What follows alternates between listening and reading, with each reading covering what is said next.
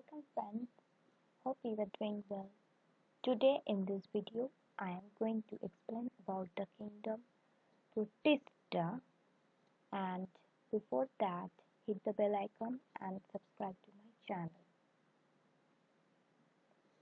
Imagine you are cleaning or organizing around your house. To assist this process, you separate your items into categories to help you locate them later. Maybe you have a box of books, a drawer of school supplies, and a chubby for electronics. You start to realize, however, that you have a bunch of extra bits and pieces that do not fit into any of your other groups. So, you create a special container for them, your other container. This is pretty much what happened with the kingdom Protista. All the life on the planet Earth is organized into five kingdoms based on whether or not the organism is single-celled, how it obtains energy, and how or if it moves. Kingdom Protista is the Hogde-Pogde category. It contains the protists, or the organisms that do not fit into any of the other categories. Protista is a Greek for the very first. These organisms were traditionally considered the first eukaryotic forms of life, the predecessors to the organisms in the plant, animal, and the fungus kingdoms.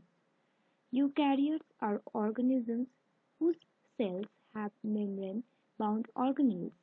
This is opposed to prokaryotes, single-celled organisms that lacking a nucleus. Then, coming to the protists. What are protists? Protists are the simple eukaryotic organisms that are neither animals, neither plants, nor fungi. Protists are unicellular in nature, or they can be found as a colony of cells. Most protists live in water, damp, terrestrial environments, or even as a parasites. So protists are eukaryotic organisms that cannot be classified that as the can be classified as a plant, animal, or fungus. They are mostly unicellular, but some are like algae and multicellular. Keep kelp or seaweed is a large multicellular protist that provides food, shelter, and oxygen for numerous underwater ecosystems. Even though kelp resembles a plant, it is not classified into kingdom Plantae because it is um, lacking the cellular complexity of the plant cells. Okay, coming to the major characteristics of the protist. All single-celled eukaryotes are placed under protista, but the boundaries of this kingdom are not well defined. They are diverse in their structure. Protist possesses eukaryotic cells with well-defined nuclei and organelles. Most are unicellular, however, they are multicellular forms. They vary in size from the microscopic algae to kelp that can be over 100 feet in length. Members of Protista are primarily aquatic, present in soil or in areas of moisture. This kingdom forms a link with others dealing with plants, animals, and fungi. Some have flagella and cilia. Protists reproduce asexually and sexually by a process involving cell fusion and zygote formation. It may be photosynthetic, holotropic, saprotrophic, parasitic, and symbionts, some having mixotropic nutrition, holotropic plus saprotropic. Holotropic nutrition is what majority of invertebrates and all vertebrates take plant, animal, or their product through mouth and break up the large organism molecules into the smaller ones in their own body with the help of enzymes. This is called holotropic nutrition. And saprotrophic nutrition is a process of chemoheteropic extracellular digestion involved in processing of decayed organic matter. The photosynthetic floating protists are called the phytoplankton, and the free-floating holozoic protozoans are called as zooplankton. The sequence of events between any given phase in one generation and that of similar phase in the next succeeding generation constitute a life cycle. The life cycle showing zygotic meiosis. This is a picture showing the zygotic meiosis. It occurs in some dinoflagellates, example Cetarium, Gymnorium, von Schott in 1973, and cellular cyanoids. The zygote is first of all 2N. It divides by meiosis, also called the zygotic meiosis, and produces the vegetative cells in 1N chromosome number. Then the cells divide repeatedly by mitosis, and resulting the daughter cells maintain the 1N of the number of chromosomes.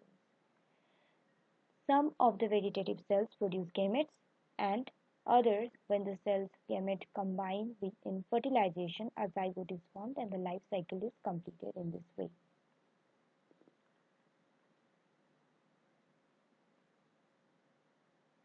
The life cycle showing the gametic meiosis. In this is found in the majority of protozone protists, such as diatoms and acellular cyanoids. The organism spends most of its life cycle in the 2N condition. The gametes are 1N haploid and that are produced by meiosis, also called the gametic meiosis. The gametes fuse to form zygote that grows to form the diploid individual.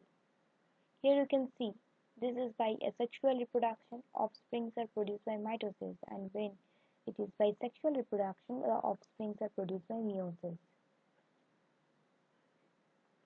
Coming to the classification, the unicellular protists have been broadly divided into three major groups. The photosynthetic protists, example dinoflagellates, diatoms, and euglenites. The consumer protist. Consumer protists includes the slime mold or myxomycetes, and the last, the protozone protist, includes the zooflagellata, sarcodina, sporozoa, and ciliata. Now, some are photosynthetic, like land plants are autotrophic. Some ingest their food like animals, heterotrophic by ingestion. Some absorb their food like bacteria and fungi, called heterotrophic by absorption. One species, or Euglena, is mixotrophic, meaning that it is capable of both agrotrophic and heterotrophic lifestyles. The reproduction in protists is usually asexual by mitosis. The sexual reproduction involves meiosis and spore formation and usually occurs when the environmental conditions are hostile. Spores are resistant and can withstand adverse conditions. Protozoans form cyst and type of resting stage. Photosynthetic proteins, mostly algae, are a part of plankton. As said earlier, the planktons are those organisms that suspend in fish and marine waters that serve as food for heterotrophic animals and other protists. Classification of protists. It includes chirophytes, dinoflagellates, moulds, and protozoa.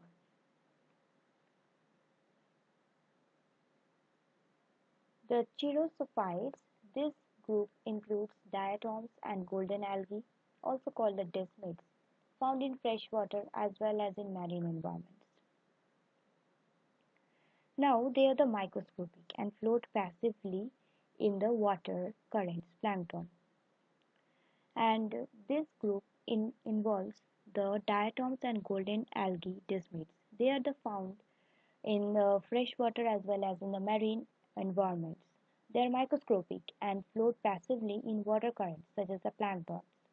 In diatoms, the cell walls form two thin overlapping cells which fit together in a soap box.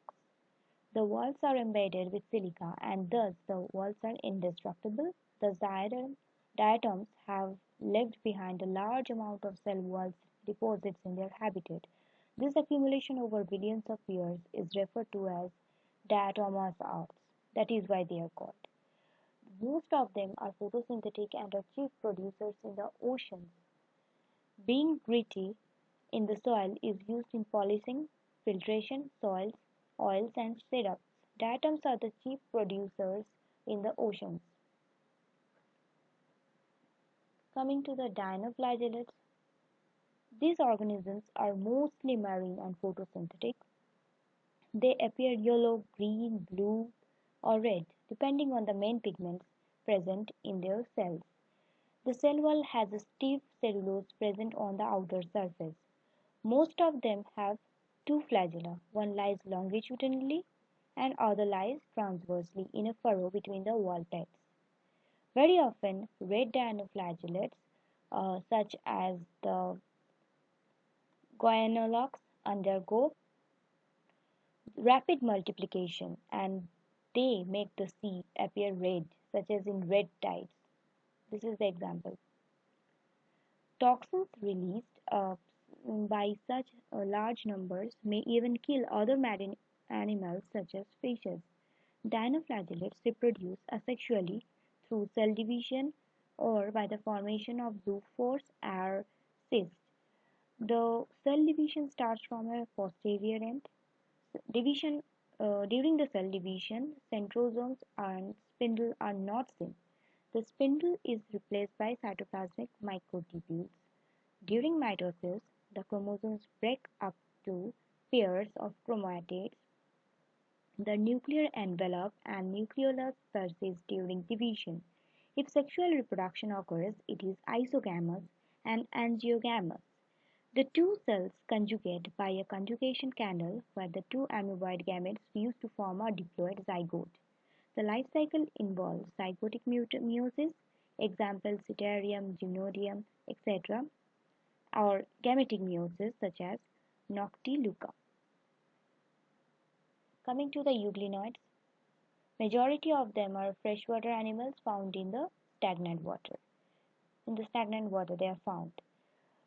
Instead of cell wall, they have a protein-rich layer called pellicle, which makes the body flexible. Pellicle. They have two flagella, one short and one is long. The two flagella join with each other at the swelling called the paraflagellar body. An orange-red colored eye spot or stigma is located at the base of flagellum attached to the membrane of preserver at the level of paraflagellar body. Both paraflagellar body and eye spot act as photoreceptors and direct the organism towards the optimum light. Though they are photosynthetic in presence of sunlight, when deprived of sunlight, they behave like heterotrophs by predating on other smaller organisms. Interestingly, the pigments of euglenoids are identical to those present in higher plants, such as Euglena. They contain the red pigment astaxanthin. Nutrition in them is holophytic, that is, the photoautotropic, and saprobic, example Rhabdomonas, or holozoic, example Peronima. Even holophytic forms can pick up organic compounds from the outside medium. Such a mode of nutrition is called mixotropic, as discussed earlier. Euglena is a connecting link between animals and plants. Nutrition in Euglena is mixotropic. When light is available, it is photosynthetic. In darkness, it is saprophytic, absorbing food and the surrounding water. Slime molds. Slime molds are saprophytic protists. Under suitable conditions, they form aggregation called the plasmodium, and during the unfavorable condition, the plasmodium differentiates and forms fruiting bodies bearing spores at the tips. And the spores possess true walls and they are extremely resistant and survive for many years. The slime molds are saprophytic protists. The body of them moves along decaying twigs and leaves, engulfing the organic material. Under suitable conditions, they form aggregation called the plasmodium, as it is written, which may grow and spread over several feet. It may grow in a specific area or may spread like a sheet. During unfavorable conditions, the plasmodium differentiates and forms fruiting bodies bearing spores at their tips. The spores possess true walls and the spores are dispersed by air currents and they are extremely resistant and survive for many years even under the adverse conditions. Protozoans. Now, all protozoans are heterotrophs and live as predators and parasites. They are believed to be primitive relatives of animals. There are four major groups of protozoans. These are the amoeba, paramecium, sporozoa, euglena, etc. are the examples or the most well known. There are also parasitic protozoans which live in the cells of the larger organism. Most of the members do not have a predefined sex and they feed on other organisms to obtain nutrition. The four major groups of protozoans are as follows. The amoeboid protozoans. These organisms live in fresh water, seawater, or the moist soil. They show amoeba-like movements and move and capture their prey through the help of pseudopodia, example entomopia and the parasite. Now, I'm going to talk about the amoeboid protozoans. Before that, please note down some points. They develop pseudopodia, which are temporary protoplasmic outgrowths. There are of four types: lobopodia, broad and blunt; flipodia, slender, unsupported, independent.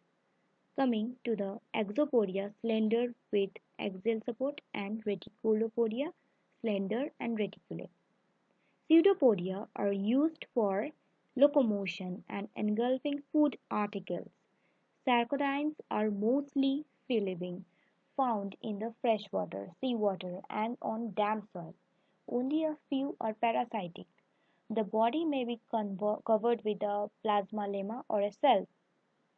Example includes amoebae, Pelomyxa, Entamoeba, Radiolarians, Foramians, and Heliozoans. Amoeba proteus. The Proteus animalculae amoeba was discovered by Russell von Rosenhoff in 1755. Hirschfeld in 1962 has given a detailed account of the biology of the amoeba. It is found in the fresh water. The types of pseudopodia are lobopodia. Pelomyxa, it is known as giant amoeba. The size is about 2.5 mm long. Pelomyxa occurs in fresh water. The nutrition is holozoic and the chief food article in diatoms. Entomopia histolytica is discovered by Lambel in 1859. Losch in 1875 discovered its pathogenic nature. The life cycle of Entomopia histolytica is monogenic, single host life cycle. It resides in the upper part of the human large intestine and causes the disease known as amoebic dysentery and amoebiasis. Now coming to the flagellated protozoans. The flagellated protozoans, the members of this group are either free-living or have a flagella. The parasitic forms cause diseases such as sleeping sickness. Trypanosoma pallidum causes the sleeping sickness. They possess flagella for the locomotion. They may be free-living, aquatics, parasites, commensals, or symbionts. Zooflagellates are generally uninucleate, occasionally multinucleate. The body is covered with a firm pellicle. The nutrition is holozoic, saprozoic, and a parasite. Asexual reproduction is by binary fission. Example is Trypanosoma gambiaceae. The parasite is of sleeping sickness. It was first observed by Forde in 1901. The Frusi discovered that the parasite of the sleeping sickness is transmitted by tsetse fly. It causes Gambian sleeping sickness. The disease is also called Gambian trypanosomiasis. Is found in western and the central parts of the Africa.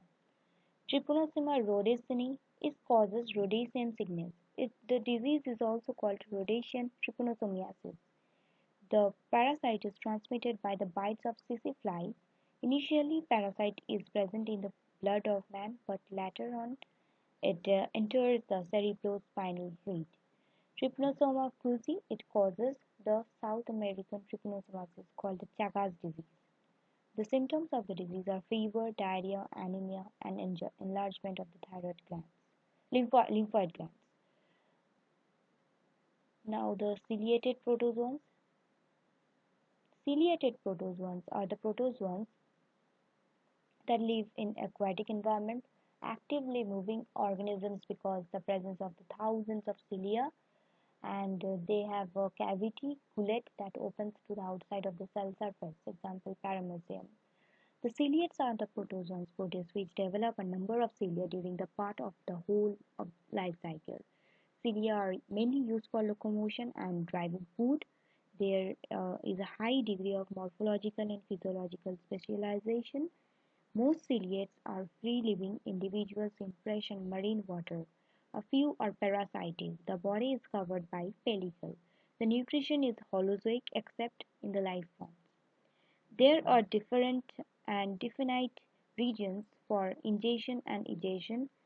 The regions of ingestion consist of an oral groove, cystosome, mouth, and a gullet. The examples are paramecium, vorticella, opalina, and balantidium. Sporozoans. At last, the sporozoans includes the diverse organisms and that have an infectious spore-like stage in the life cycle. The most notorious is Plasmodium, malarial parasite, which causes the malaria. All sporozoans are endoparasites. Some sporozoans, such as Ellimaria, cause several diseases like coccidioides in the birds. Locomotory organelles like cilia and flagella and pseudopodia, etc., are absent in them. Nutrition is parasitic, absorptive. Phagotropy is rare. The body is covered with elastic pellicle or cuticle. The contractile vacuoles are absent. Thanks for watching. Keep eye on my next video where I am going to discuss about the kingdom fungi. Bye bye and take care.